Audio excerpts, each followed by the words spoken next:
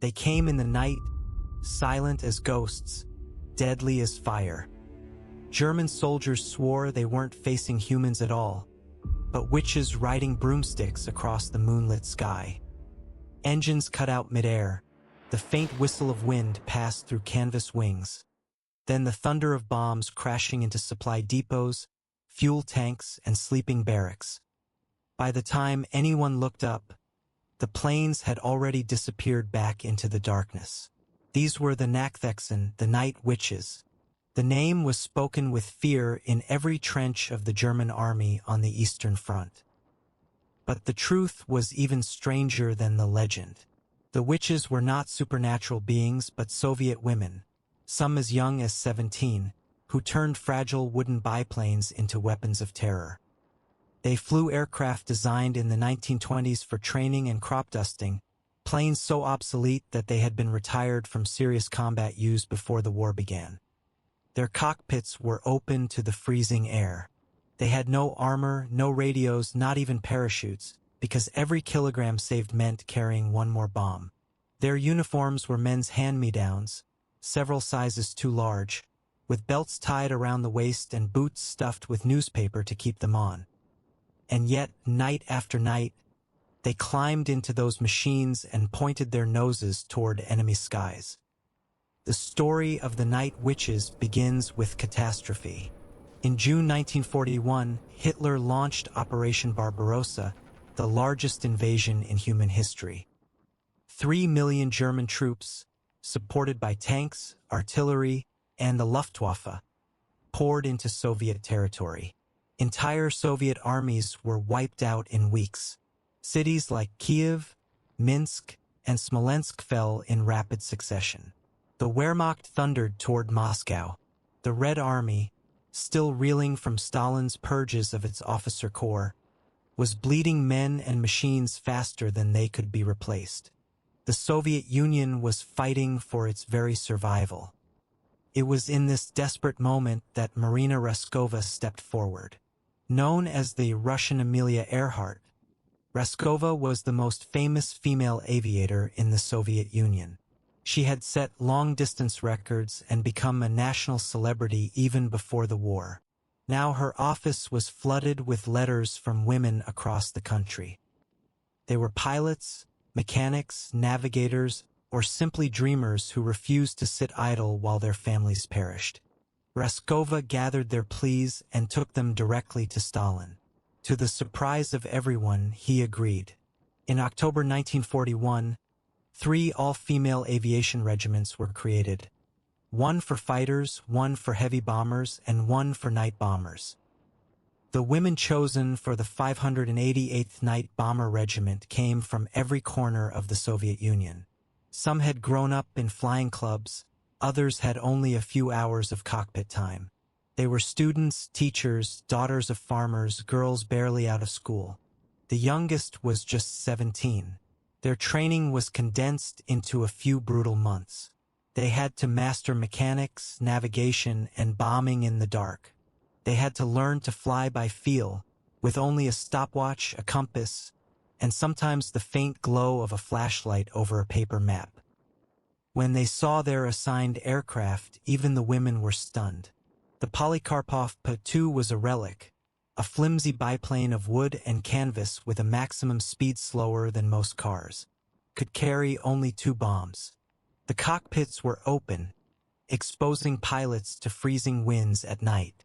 Soviet male pilots mocked the regiment, calling it the kindergarten squadron, and sneering that the women would last no more than a month.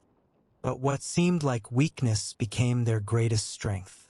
Because the P-2 was made of wood and fabric, it was almost invisible to radar.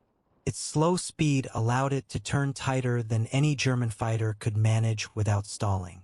And most terrifying of all was the tactic the women developed.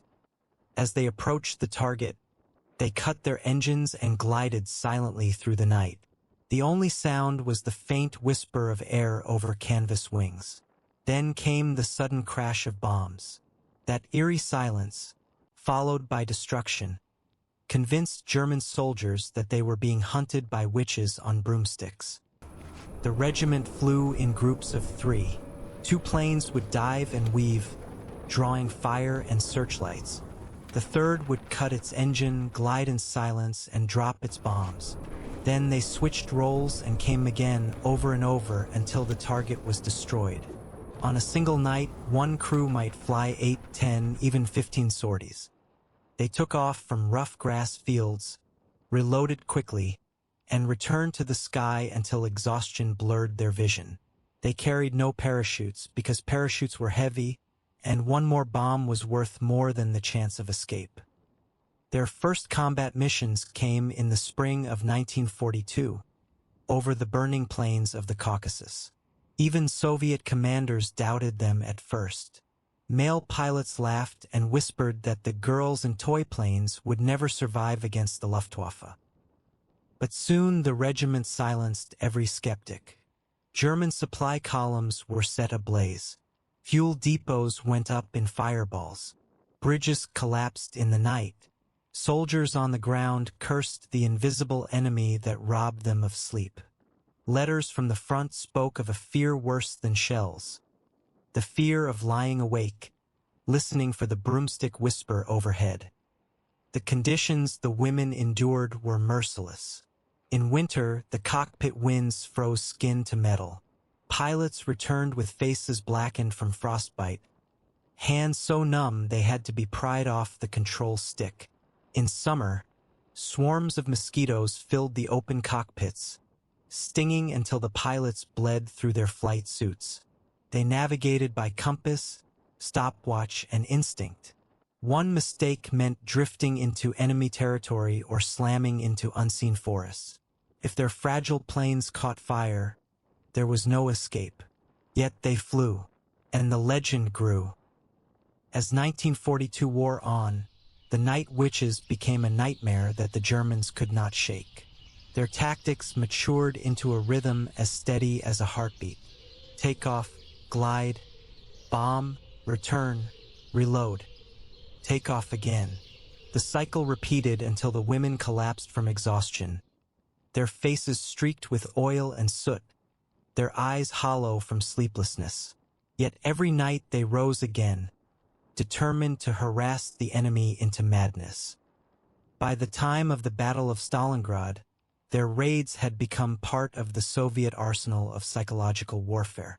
German soldiers already faced hunger, cold, and the crushing weight of encirclement.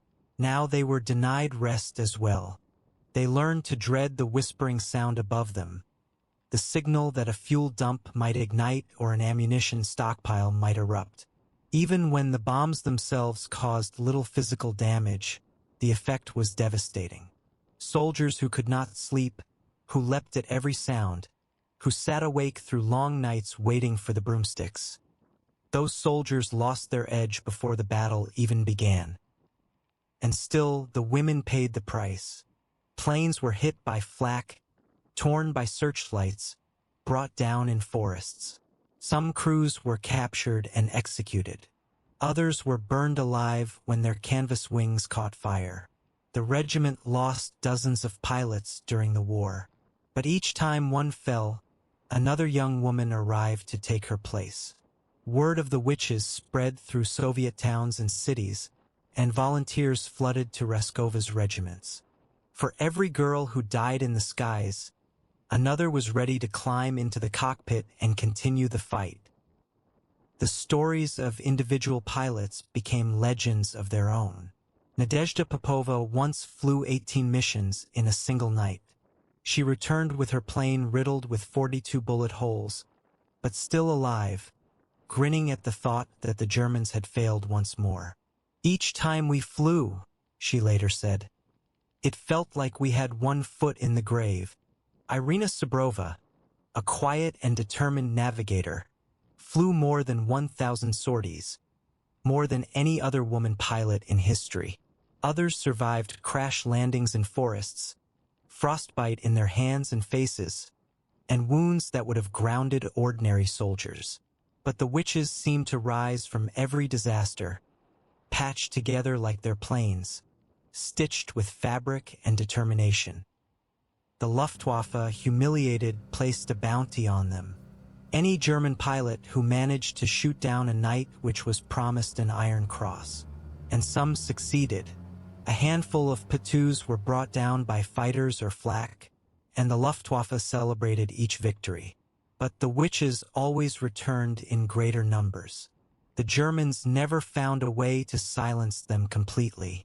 Their slow speed, which should have been a disadvantage, made them almost impossible targets for advanced fighters. Messerschmitt pilots overshot them time and again, their sleek machines unable to match the witches' nimble glides. By 1943, the regiment had been reassigned to the Taman Peninsula on the Black Sea. German forces were entrenched there, supplied by fuel depots and rail lines. For weeks, the witches struck night after night, setting depots ablaze, crippling supply convoys, and forcing soldiers to sleep in fear. They became so effective that the regiment was awarded the honorary title of Guards, the highest mark of distinction in the Red Army. From that moment forward, they were officially the 46th Guards Night Bomber Aviation Regiment, and the word which was no longer an insult but a badge of honor. Life on the ground was as harsh as life in the air. The witches lived in tents pitched in the mud of forward airstrips. They ate whatever rations were left, often cold bread and thin soup. Between missions, they collapsed on the ground for minutes of rest, their jackets used as pillows. Mechanics worked by lantern light, patching wings riddled with holes, hammering bent struts back into place. The sound of engines never ceased. The field roared at all hours of the night as crews prepared for yet another mission. Despite the hardships, camaraderie bound them together. They joked about their broomsticks, painted them on the sides of their planes, and teased each other about courage and fear. They shared bread, cigarettes, and laughter in between missions, holding fast to humanity in the midst of war. Many were barely older than schoolgirls, yet they carried themselves with the weary calm of veterans. They had learned to measure life not in years but in missions survived. By 1944, their rhythm was perfected. On some nights, a single crew flew 15 sorties. Takeoff, glide, bomb, return, reload. The sound of engines rose and fell like waves across the steppe. Between flights, the women lay on the ground, sleeping for minutes at a time before someone shook them awake. They were exhausted beyond measure, yet they never failed to rise. Their war was not one of grand speeches or triumphant charges. It was a war of attrition, of wearing the enemy down night after night until nerves frayed and discipline broke. The German army, retreating westward, now feared the witches as much as Soviet artillery. Soldiers cursed them in letters home, describing the endless nights of terror. "It is impossible to rest," one prisoner confessed. "They are demons who will not let us sleep." Prisoners admitted that morale collapsed more from sleeplessness than from casualties. The broomstick whisper was enough to break hardened soldiers. In the skies above Belarus, Poland, and eventually Germany itself, the witches followed the Red Army's advance. They struck bridges, railway junctions, depots, and fortified positions. They carried out their missions in the same fragile biplanes they had flown since 1941. Planes patched with fabric and wire, engines coughing and sputtering with age. And still they came. Always at night, always silent, always with the broomstick whisper that told Germans death was falling from above. As 1945 approached, the Night Witches had become one of the most decorated units in the Soviet Air Force. They had flown more than 23,000 sorties, dropped over 3,000 tons of bombs. Their regiment was spoken of in whispers not only in German trenches but also in Soviet towns, where stories of their daring brought inspiration to civilians surviving hunger, cold, and grief. Their missions stretched from the Caucasus to the heart of Germany. They flew over Crimea, over Belarus, over Poland, striking at rail junctions, convoys, and fortified bunkers.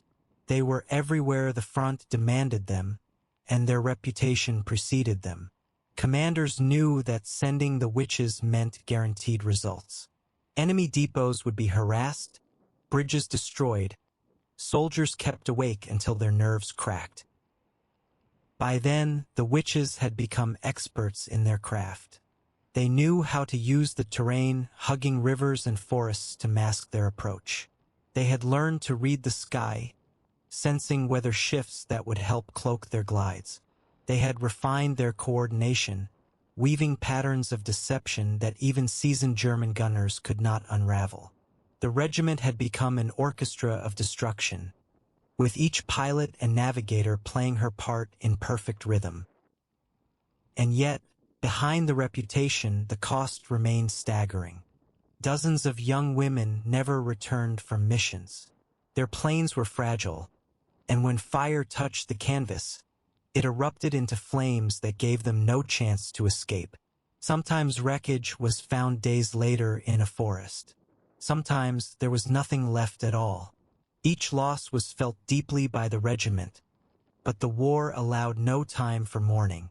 The next night, the surviving pilots strapped themselves in and flew again, because the mission mattered more than grief. One night over Poland, Nadezhda Popova flew 18 missions, nearly collapsing from exhaustion. Her plane came back torn and battered, yet she laughed as she stepped out, mocking the Germans for failing to bring her down. Irina Sabrova, relentless and quiet, reached over 1,000 sorties, an achievement unmatched by any woman pilot. Yevdokia Nikulina survived crash landings, frostbite, and wounds, but kept returning to the skies. Their commander, Yevdokia Bershanskaya, held the regiment together through sheer willpower. She knew she was leading not just pilots but symbols, and that their courage was worth more than the bombs they carried. The Germans, for all their technological superiority, were reduced to chasing shadows. Their fighters were too fast to match the witches' nimble turns. Their searchlights revealed only glimpses of fabric wings before the bombs fell. Their soldiers cursed the endless nights without sleep. To the Luftwaffe, it was humiliating to be mocked by these women in obsolete biplanes. But the humiliation only deepened the legend. In the spring of 1945, as the Red Army surged into East Prussia and toward Berlin, the Night Witches were there too. They struck rail stations, fortified depots, and retreating convoys. Their raids no longer carried the weight of desperation but the inevitability of victory. And yet, the danger never lessened. Flak still tore through the skies. Fighters still hunted them. Exhaustion still gnawed at their bones. Even in the war's final weeks, they lost friends and comrades. Victory was near, but never free. When Berlin finally fell in May, the Night Witches had completed their mission. They had harassed the enemy without mercy, proving that courage, skill, and willpower could turn even the frailest machines into weapons of terror. They had destroyed supplies, broken morale, and robbed soldiers of their most precious resource, sleep. They had shown the world that women could fight not only as bravely as men but with a ferocity and persistence that became legend. 23 of them were awarded the title Hero of the Soviet Union, the highest military honor. Others received medals for bravery and service. The regiment itself was showered with decorations. In terms of numbers alone, their accomplishments were staggering. 23,000 sorties, thousands of tons of bombs dropped, more than 1,000 targets destroyed. But numbers alone could not capture their legacy. For the Germans, they were witches. For the Soviets, they were heroes. For history, they were proof that courage has no gender. And yet, when the war ended, recognition quickly faded. The regiment was disbanded later in 1945. The women returned home quietly, their medals tucked into drawers, their uniforms packed away. Many tried to continue in aviation, but doors were closed to them simply because they were women. Some became teachers, engineers, or mothers. Their wartime deeds were whispered about but rarely celebrated in the years that followed. The Soviet Union, eager to rebuild and move forward, left their story half-forgotten. For the women themselves, it was a strange silence. They had been feared as witches, revered as heroes, hunted by fighters, honored with medals. And yet, in peace, they became ordinary again. Some never spoke of the war. Others told their children stories only decades later.